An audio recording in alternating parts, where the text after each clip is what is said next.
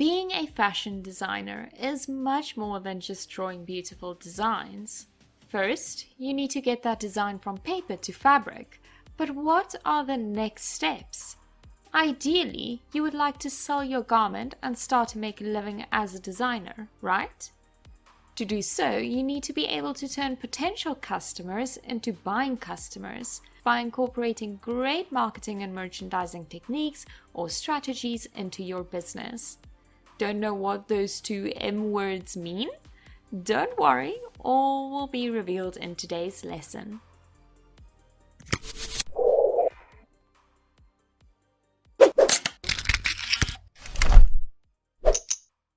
Hi designers, before we get into our lesson quote, let's take a look at lesson 5's challenge. Your challenge was to share your opinion about a key theme in the latest State of Fashion report. You guys either chose a theme from global economy, consumer shifts, or fashion systems.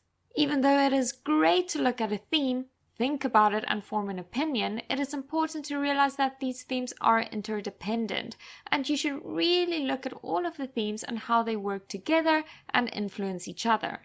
It is important to read all the reports and compare the themes to uncover patterns that can help you when it comes to designing for the future.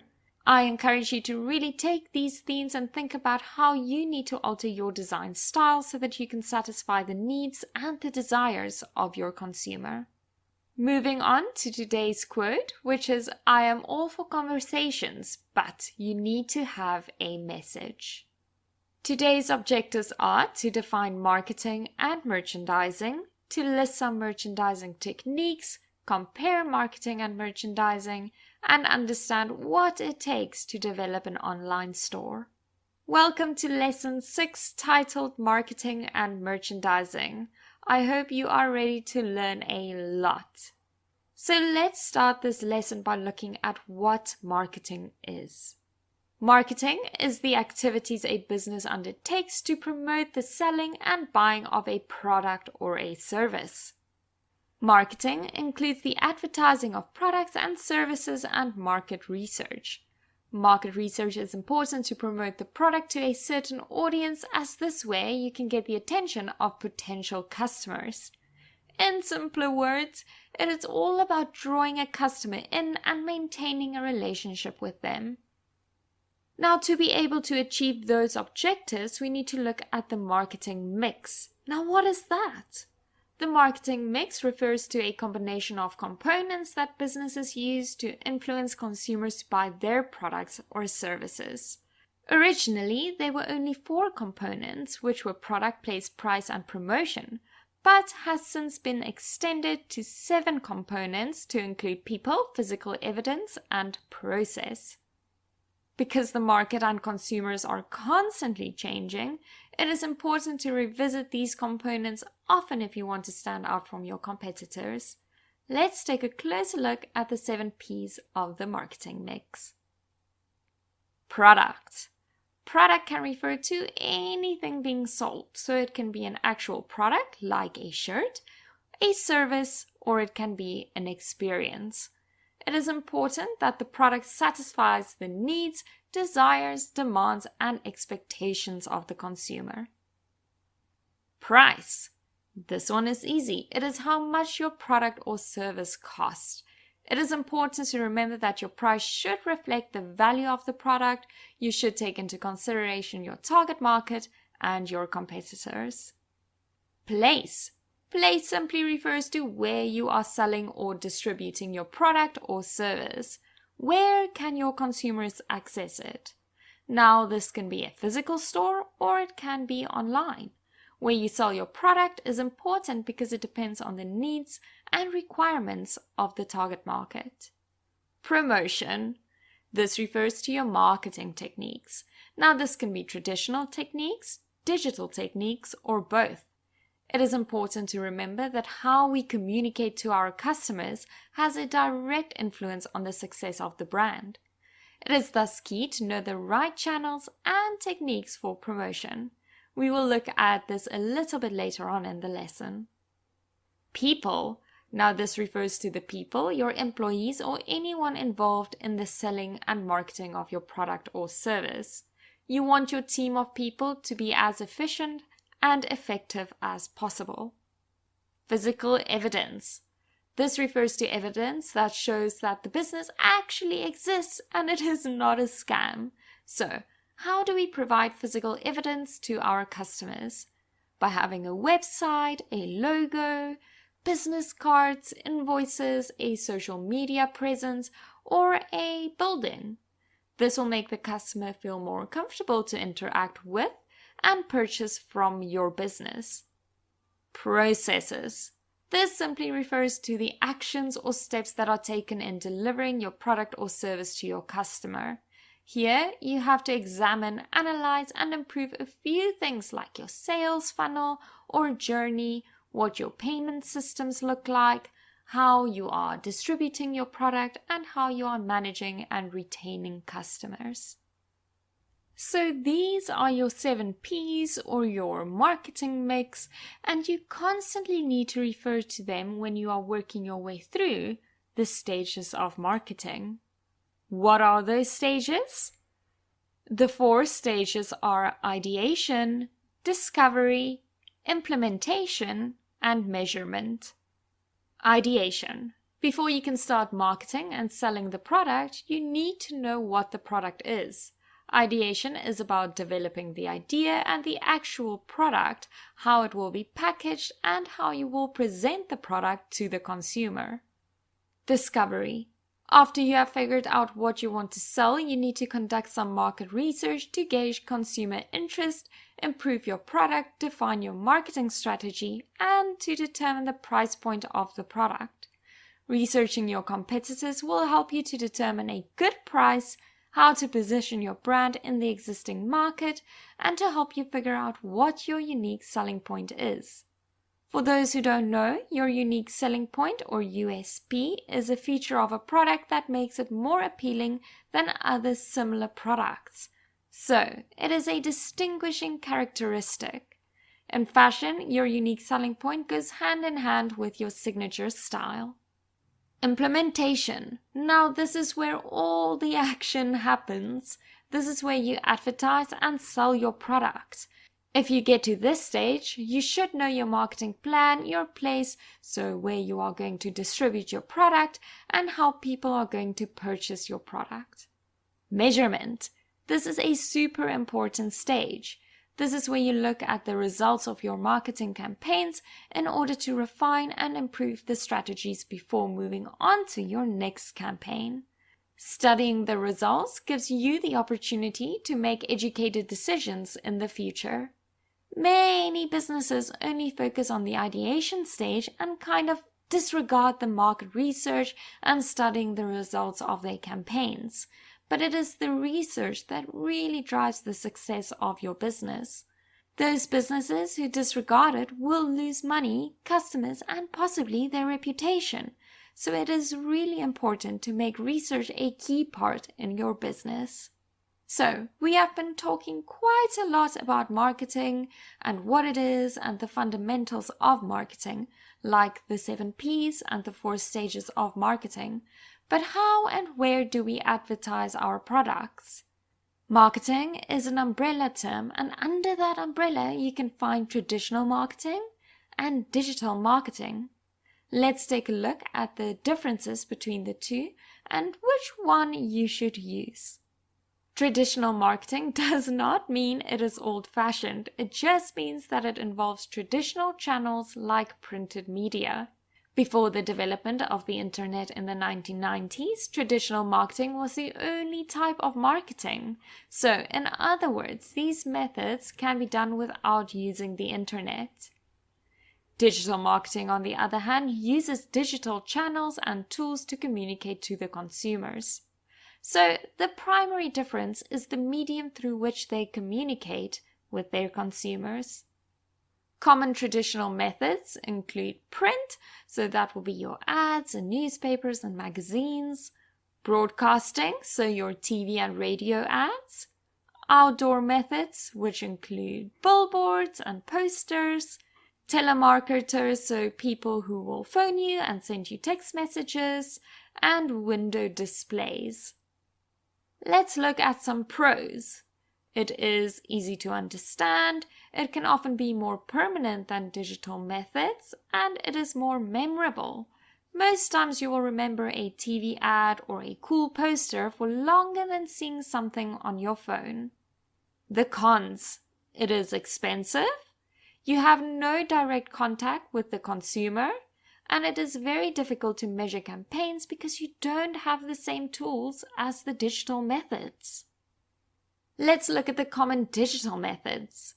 Website, social media, so Facebook, Instagram being the popular ones, clickable ads that pop up everywhere, email campaigns, and search engine optimization or marketing, to name a few.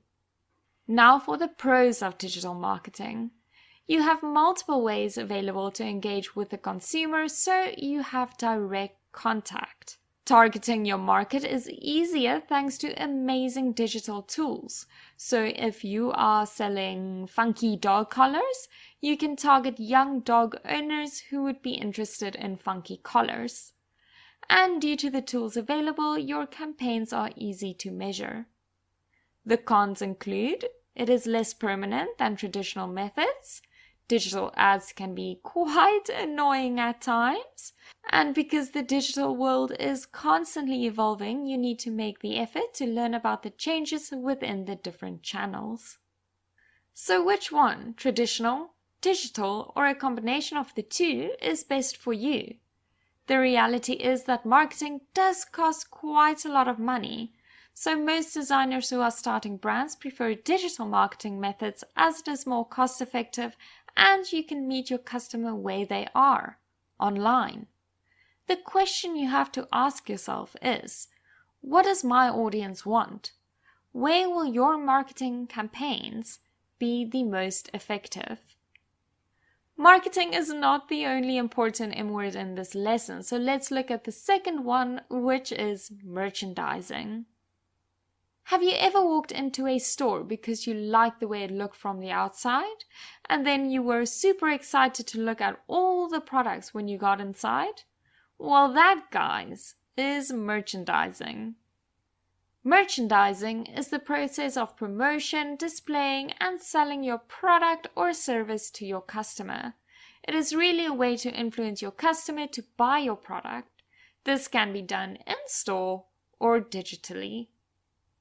The main purpose of merchandising is to place products so that they are easy to find. It is about the visual approach and the layout to assist the consumer to easily navigate through the store. Great merchandising has the potential to drive the sale of your product. Whether in-store or online, the correct merchandising strategy can influence the customer's buying decision, which will increase your sales. As you can imagine, there are many different merchandising techniques you can use. However, the following types of merchandising are the most common ones used: retail merchandising, product merchandising, visual merchandising, digital merchandising, and omnichannel merchandising. Since merchandising is key for both physical stores and online, let's look at each one with examples for both store types. Visual merchandising. This is when products are placed in a certain creative way to entice the customer visually. Visual merchandising in a physical store includes window displays, banners, and the store layout, and any type of display that will enhance the experience of the shopper. Visual merchandising done online includes images displaying the product, videos showcasing the product in use, and product descriptions done in an interesting manner. Product merchandising. What do you think this is about? It is about promoting the product that is available in your business. In-store, it can be in the form of a display or a banner or in a window display. Online, it can be through email marketing or social media ads or even online banners. You do have to be careful and only promote products that you have stock of. Retail merchandising. This is all about selling a product by using marketing and promotional techniques. This can only be done in-store and includes events, sales, and clever placement of products like, for example, sale items or socks at the checkout counter, pushing for impulse purchases. Digital merchandising is the online version of retail merchandising. Another term used for digital merchandising is online merchandising or e-commerce. Digital merchandising includes sales, top sellers, and when you check out any recommended items that you can add to your cart. These are all marketing techniques that can influence purchasing decisions. Last but not least is omnichannel merchandising. Omnichannel merchandising refers to retail which integrates different techniques to create a better experience throughout the customer's journey. It really is about creating a seamless experience both in-store and online. Since most new designers do not have the money to own a physical retail space and start off by selling online, how can you create and use visual merchandising to drive your sales? Tell a great story by incorporating both non-visual and visual elements to your store to draw the attention of the customer and make their journey as seamless as possible while encouraging purchases.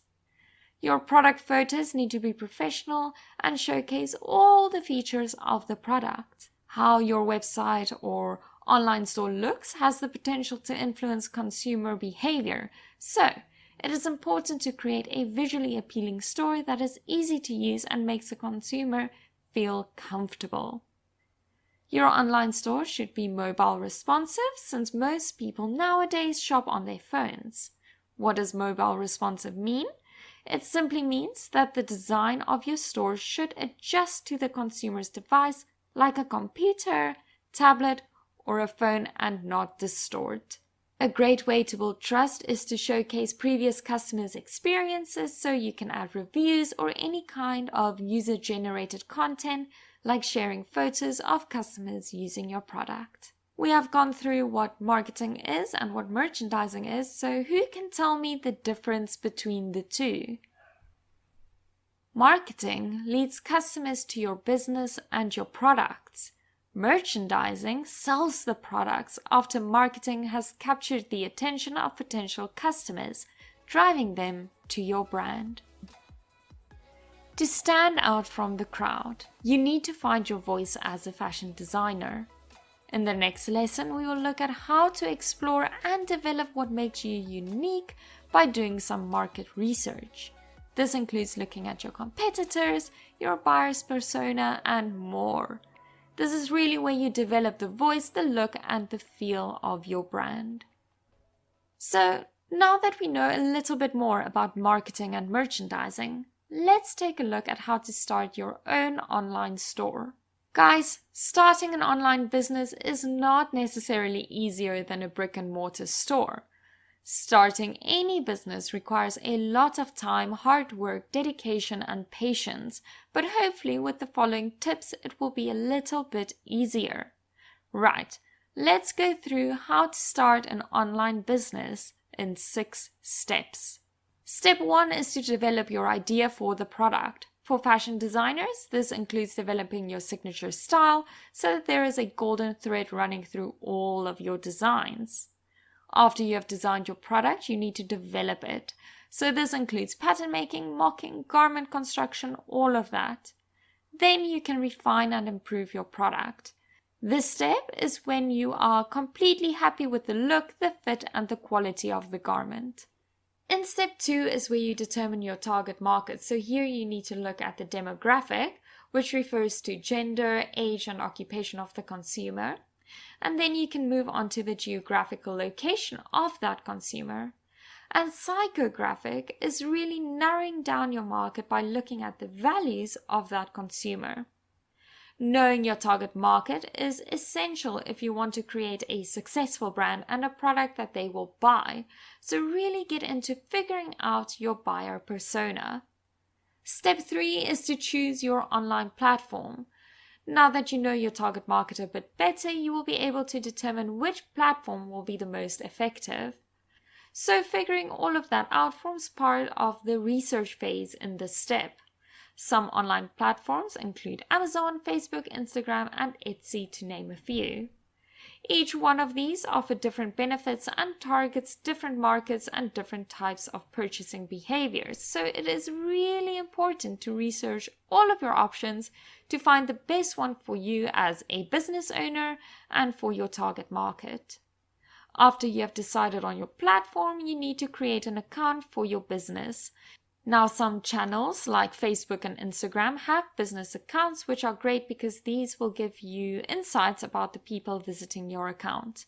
You can use this information to improve your marketing strategies. And then you need to create content. It is important to be consistent, create enough content to keep your potential customers' attention without overwhelming them.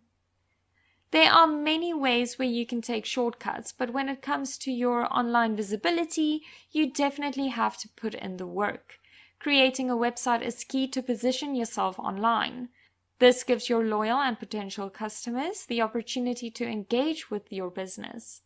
It is important that your website looks professional, that it tells your story, provides the necessary information, and is up to date. Although it is important to have a website to survive online, if you are going to have a bad website, rather consider removing it. A bad website is worse than no website. What makes a website a good one? It must be user-friendly, product photos should be professional, the content must be professional, relevant, and provide the necessary information, and the overall customer journey should be as seamless as possible and engaging. Where can you create a website? Wix is a free website builder, although there are options where you have to pay, but it is a great platform where you can create and develop your unique online presence. Wix is a really easy website builder that comes with many free templates that you can use and manipulate to create your ideal website. What makes this website builder so user-friendly is that it is a drag and drop builder. This means it is easy to move things around, take things away, and the results are immediate. There are also extra functionalities such as domain names, e-commerce, and more, but those you do have to pay for, but it won't cost you an arm and leg. Wix is thus a very affordable website and a go-to for many designers who are starting their online businesses. With websites, you can either build from scratch, which will be expensive and take a lot of time, or you can build on the structure that already exists, like with Wix. It is almost like building a house versus buying a house. Instead of building a house, Wix is like taking a pre-built house and renovating it to suit your design style. So do yourself a favor and go check it out, create an account and play around with the different templates. It is quite a lot of fun. Right, talking about extra functionalities, there are some functionalities that you will have to pay for, but it will improve the customer's experience as you will be creating a seamless journey for them. These functionalities include partnering up with payment providers such as PayPal and giving the consumer delivery options when they are checking out. This means that your customer can buy something online, pay it immediately on the same website, and choose their preferred delivery method. Now, it is important to have a terms and conditions section on your website to both protect yourself or your business and your customer. So this can be anything from damaged goods due to unprofessional delivery or returning a garment that does not fit. You need to take this into consideration and develop your terms and conditions around it. It is basically like problem solving. Let's say a customer wants to return something. Then you need to state that you will not be paying for the delivery of the return, but you will either give the customer their money back for the garment if it is still in good condition, or you will give them store credit. Once you have set up your e-commerce platform, you can start developing your marketing strategy. So how are you going to get the attention of your potential consumers? Are you going to create social media posts? Are you going to create videos? How are you talking to your customers? What is the tone of your brand? Is it natural and conversational, or are you more direct? So, let's think of an example. Will it be something like, "Hey girl, I see you eyeing this dress. Pop over to the website to check it out. I'm sure it will look great on you." The tone depends on your customer and what will be the most effective to catch their attention. You then need to create a content plan. It is basically like a calendar where you plan your posts. So for example, Mondays can be for quotes, Trendy Tuesday can be new garments you have made, Fridays can be photos of you creating the garments.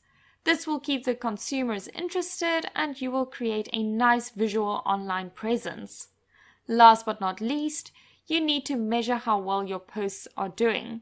So let's say you are getting a lot of likes and comments on Trendy Tuesday, but not much interaction on your quote posts, then you know you need to post more photos of garments instead of posting quotes. Your results will drive and guide your marketing strategies and your content plan. Let's look at some tips on how to sell online. Create an awesome About Us section on your website where you can tell the world your vision and mission of your business. Remember to add your contact details and all of your social media channels.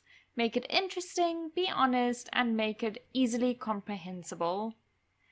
Take professional product photos. If you think about it, your online consumer can only look at the photo and not touch or see the physical product. So you need to make sure that they can see as much of the product as possible, as this is what will draw them in.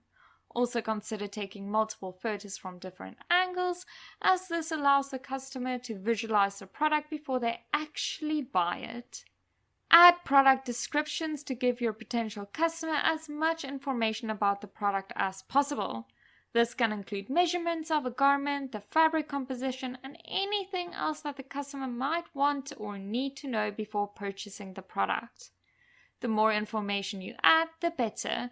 It really is a win-win situation for you because now you don't have to answer a million questions about the product, and for the customer because now they can make an informed decision. Have as many social media platforms as possible and encourage digital word of mouth. This means make use of user-generated content by commenting on it and liking it and sharing it.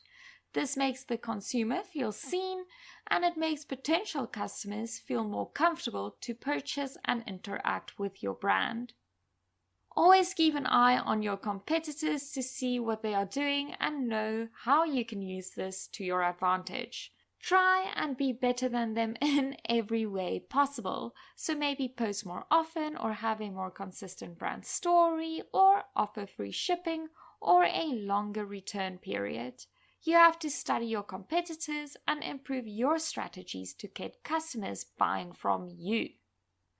And like I've said a few times during this lesson, study your analytics and use the results to guide your next campaign and also business decisions. If you see something does not work, change it, improve it. In this lesson, we just took a quick look at marketing, but the key takeaway is that it is essential for all businesses. If you want to learn more about marketing, how to create a website and how to create amazing content plans and how to study your analytics, I highly recommend Show Academy's marketing course.